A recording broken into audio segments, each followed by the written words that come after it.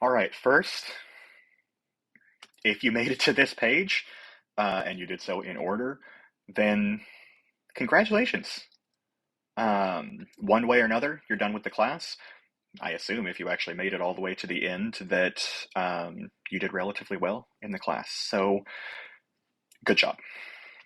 That needs to be acknowledged, and I feel like there aren't enough professors, at least there weren't enough professors back whenever I was in school, that took the time to just say that.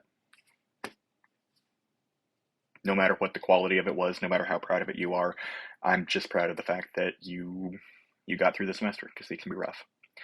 Um, Hopefully, as this semester has worn on, then you've gotten plenty of practice working with both New Historicism as a theory and American pragmatism, in addition to any of the others, in addition to New Criticism, in addition to the critical theories, in addition to looking at adaptation.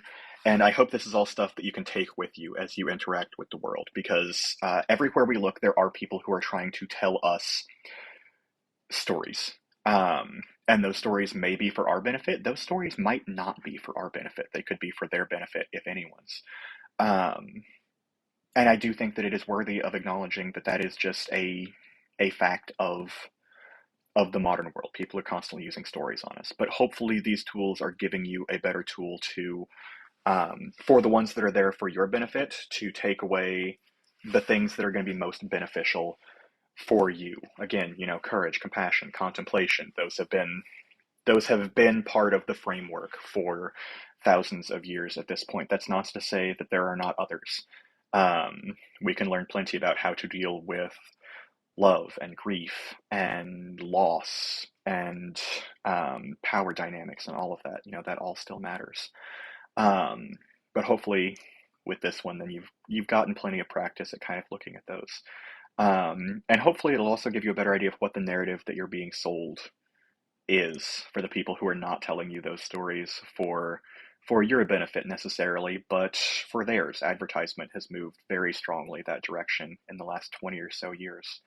Um, what is it that they're trying to make you feel by showing you those pictures and and reading those words? What do they want to make you feel like you're a part of? And is that something that you want to be a part of? And what do you have to give up in order to be a part of that one? Um, like I said, it is everywhere. If this is your last English class here at Lindenwood, um, then I hope it was a relatively enjoyable one. If you've got others that you're going to be taking, um, then good luck with those. These skills should serve you well in there as well. The other side is, of course, looking at the new historicism side of things, which I think is particularly relevant right now in the age of streaming. Um, be careful as you're watching things and look at how the world has changed since some of those were made.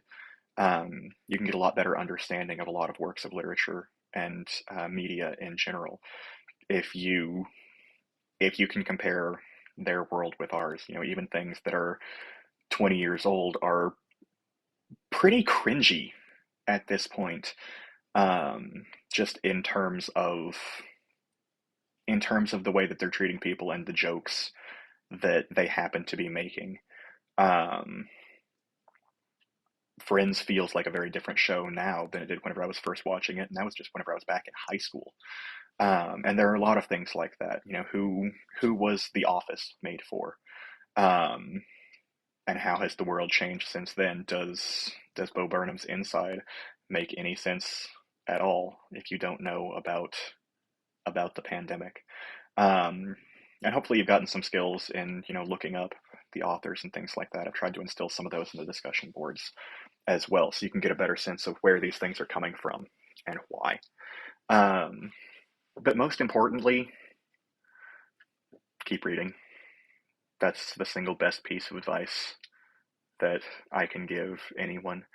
Um, it is a skill that does go away. I know a lot of people who stopped reading after high school or college, and then they just never really picked it back up.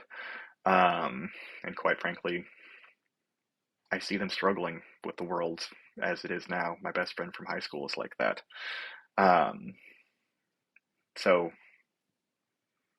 keep that skill going too. There's a lot of information that's out there that's available to you. Other people have been through whatever it is that you're going through, I promise, and most of them have probably left some kind of record for that. So whatever it is that you're dealing with, good or bad, then that's my advice. Just keep reading. And good luck out there. It's been a blast.